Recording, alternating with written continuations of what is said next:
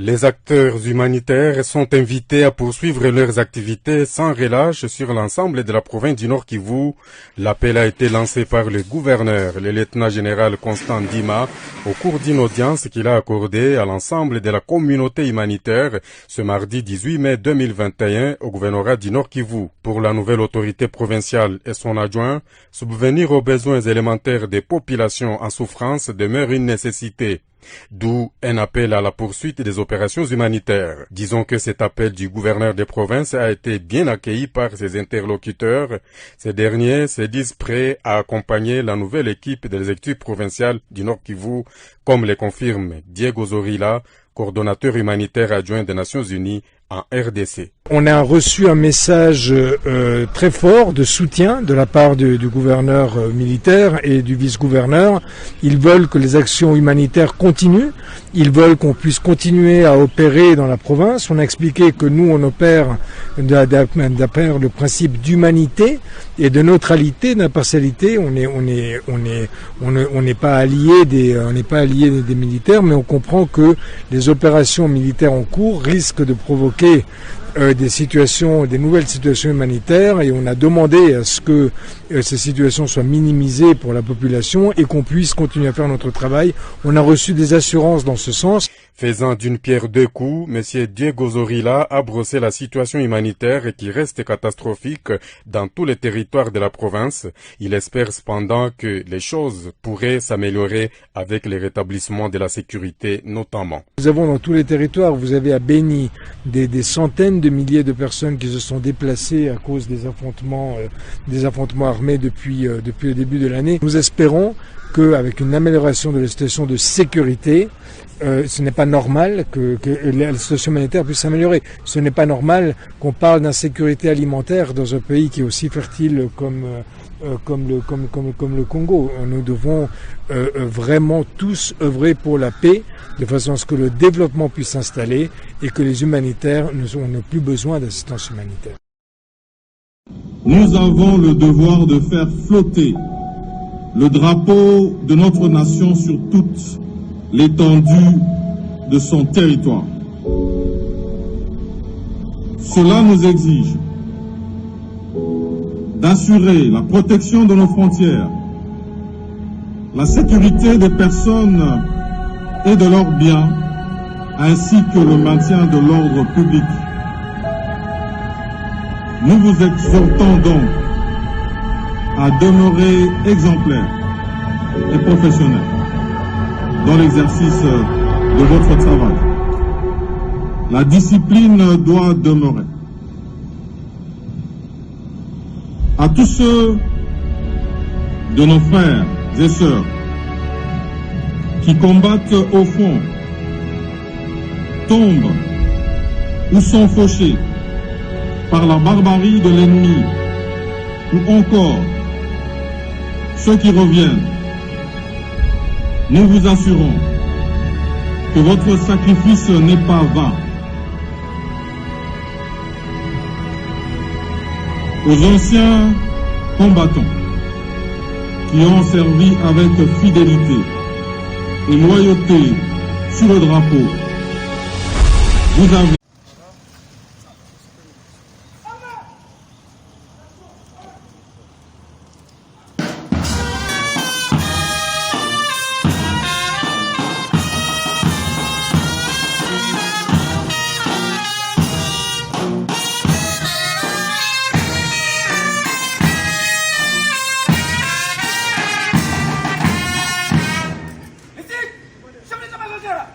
Un, deux,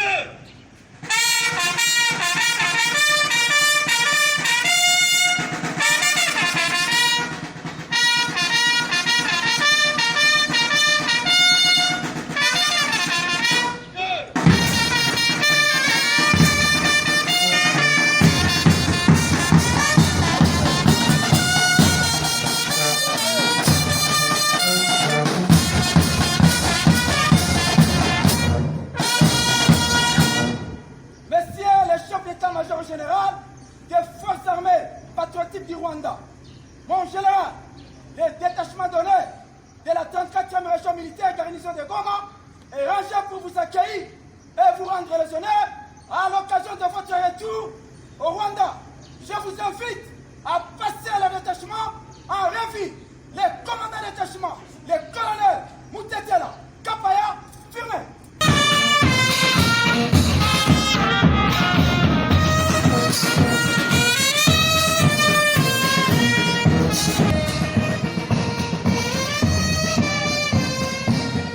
Résolument engagé dans sa stratégie de promouvoir et de stimuler la volonté de l'entrepreneuriat chez le jeune Congolais, l'Office de promotion des petites et moyennes entreprises congolaises, OPEC en sigle, a organisé le mercredi 19 mai 2021 à l'hôtel Rotana de Kinshasa une double cérémonie en faveur de jeunes entrepreneurs. Cérémonie qui a connu deux temps forts, à savoir la remise des business plans et des attestations de participation aux lauréats de la toute première promotion de formation entrepreneuriale et potentiels entrepreneurs. Les lancements officiels de la deuxième promotion du programme d'accompagnement des jeunes à l'entrepreneuriat. Représenté par le directeur de cabinet adjoint Albert Yuman Tambo, le patron du ministère de l'entrepreneuriat, petites et moyennes entreprises, le ministre d'État, Maître Eustache Muhanzi Mubembe, a une fois de plus manifesté sa ferme volonté d'encourager l'entrepreneuriat en République démocratique du Congo et de ne ménager aucun effort quant à l'accompagnement total du gouvernement dans ces secteurs. Prenons la parole pour sa part, le DG de l'OPEC, M. Ezekiel Bidoya, a dans son allocution félicité les heureux futurs entrepreneurs tout en les rassurant de l'encadrement permanent de l'OPEC à tous égards. Une fois que ces jeunes auront le moyen pour développer leur projet, l'OPEC va être encore avec eux. Et après cette phase de coaching, il y aura aussi le mentorat. Ils seront mis en contact avec des entrepreneurs qui ont réussi, qui vont essayer de partager avec eux. L'idée, en fait, c'est de permettre à ce qu'ils puissent se développer. Par ailleurs, après la présentation du rapport synthèse du programme d'accompagnement des jeunes à l'entrepreneuriat, les jeunes promus ont livré quelques témoignages et trouvé le mot qu'il convenait pour exprimer leur profonde gratitude pour cette opportunité louable dont ils ont été bénéficiaires. Nous, jeunes entrepreneurs de la première promotion formée en entrepreneuriat à l'OPEC, profitons de cette occasion pour adresser nos sincères remerciements pour le grand travail abattu en leur bénéfice. S'évertue à rassurer à l'OPEC et à l'État congolais qui se donneront corps et âme pour que tous les efforts consentis, les impossibilités accomplies, les incroyables réalisés en leur faveur ne soient pas un coup d'épée dans l'eau. Cette cérémonie porteuse d'espoir pour la jeunesse congolaise s'est terminée par une visite guidée des stands des produits innovants de jeunes. Poursuivant sa nouvelle dynamique de faire l'état des lieux de toutes les institutions et les corporations sous la tutelle de son ministère, le ministre d'État, ministre de l'entrepreneuriat, petites et moyennes entreprises, Maître Eustache Muhanzi Mubembe, a accordé le mercredi 12 mai 2021 une importante audience à la délégation syndicale du secrétariat général du ministère. Une occasion pour le président de la délégation syndicale, Jean Malemba, de formuler quelques recommandations liées au bon fonctionnement de l'administration. Nous avons présenté notre cahier des charges. Dans notre cahier des charges, il y a eu différents problèmes que connaissent les agents qui bloquent aussi le bon fonctionnement de l'administration. Nous avons posé des problèmes en rapport avec le bon fonctionnement, les problèmes du bâtiment, les problèmes de transport des agents, les problèmes liés aussi à la mise en place des agents et même la mécanisation des nouveaux agents qui viennent d'être inscrits comme fonctionnaires depuis 2018. En plus de cela, nous avons posé les problèmes aussi de motivation de la prime permanente que les agents devraient bénéficier pour accompagner son excellent Monsieur le ministre à atteindre ces objectifs assignés par le gouvernement. Rappelons que cette rencontre qui fait suite à une série de prises de contact initiées par les patrons de l'entrepreneuriat et PME a permis au ministre d'État de recueillir les doléances des représentants des fonctionnaires et de comprendre leurs problèmes au quotidien et d'y apporter des solutions appropriées. Pour ce faire, Maître Eustache Muhanzi Mubembe a exprimé sa volonté de créer un cadre d'échange, une plateforme de travail qui doit permettre une collaboration franche, permanente et sincère entre les cabinets et l'administration. Après la délégation syndicale du secrétariat général de l'entrepreneuriat et petites et moyennes entreprises, c'est le tour de l'Organisation internationale du travail conduite par sa directrice responsable de l'OIT Kinshasa, Madame Aminata Maïba, d'être reçue par le ministre d'État. Cette organisation qui ne cesse d'accompagner la RDC dans ses efforts de développement est également intéressée par les secteurs de l'entrepreneuriat, venu présenter au ministre d'État un projet sur l'entrepreneuriat scolaire dénommé Prodige. Ce projet, à travers le programme de Pronadec, permettra aux jeunes d'être stimulés par l'entrepreneuriat dans un cursus purement scolaire. Vous savez, avec les taux de chômage très élevés dans nos pays, avoir l'opportunité de créer des entreprises, avoir des jeunes qui regardent l'entrepreneuriat comme une option viable et pas uniquement le travail salarié, des jeunes qui sont bien accompagnés déjà depuis l'école et qui ensuite bénéficient de programmes de démarrage de leurs initiatives, je pense que c'est quelque chose qui va être majeur pour le pays.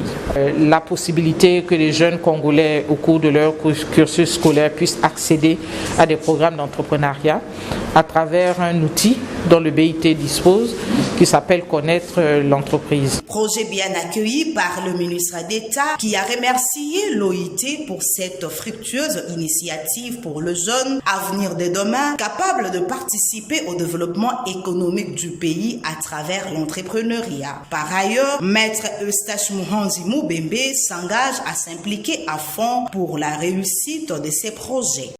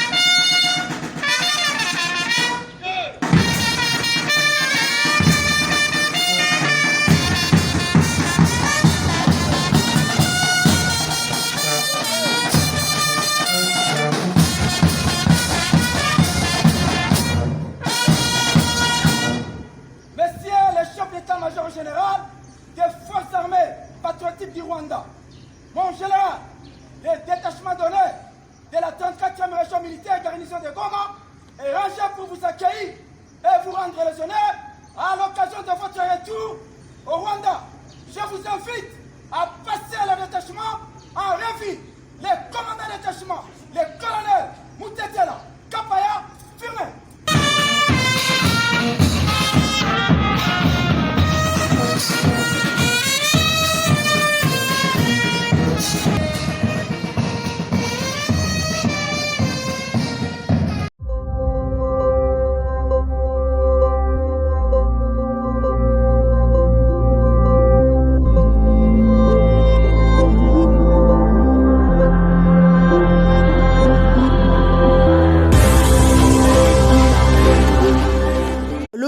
d'État, ministre de l'entrepreneuriat, de petites et moyennes entreprises, Maître Eustache Muhanzi Mubembe, a reçu le mardi 11 mai 2021 en son cabinet de travail la commission de la Fédération des entreprises du Congo, FEC en sigle, pour faire une érudition sur les degrés de collaboration qui lient l'État congolais et les entreprises du Congo. Prenant la parole, le président de la Commission nationale de petites et moyennes entreprises de la FEC a énuméré rappeler les différents principes qui nécessitent l'accompagnement de l'État congolais dans le secteur des PME, notamment la concurrence qui ne reste plus à démontrer dans les petites et moyennes entreprises entre les nationaux et les internationaux, l'informel dans ces secteurs, mais également la non-application de projets de loi sur les start-up. Nous venons de rencontrer le ministre pour échanger avec lui sur sa vision et sur le partenariat, la collaboration que nous pourrions avoir avec le ministère des PME.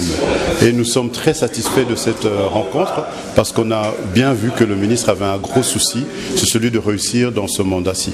Et je pense que de ce que nous savons, des réalisations qu'il a faites au niveau du ministère de l'Énergie, nous pensons que nous aurons un ministre de grande facture qui nous permettra de réaliser les objectifs que nous avons. L'AFEC, c'est un des partenaire privilégié de l'État en ce qui concerne tout ce qui est la matière économique et sur plusieurs secteurs. Ici, il s'agit des PME. Nous avons une grande politique de PME, une politique d'encadrement de PME, une politique de promotion des PME. Et comme nous sommes des acteurs sur terrain, nous pourrons apporter au ministre, au-delà des textes, des initiatives concrètes qui lui permettraient de mieux gérer ce secteur. Pour sa part, le ministre d'État, ministre de l'Entrepreneuriat, Maître Eustache Muhanzi Mubembe, n'a pas manqué de mots pour rassurer ses interlocuteurs de sa détermination à rendre effective la loi fixant les règles applicables à la sous-traitance dans les secteurs privés pour promouvoir l'initiative locale et aussi mettre en place un cadre légal et réglementaire sur l'entrepreneuriat, l'artisanat et les start-up. Pour ce faire, une franche et permanente collaboration reste le maître mot pour l'éclosion et le développement de petites et moyennes entreprises en République démocratique du Congo.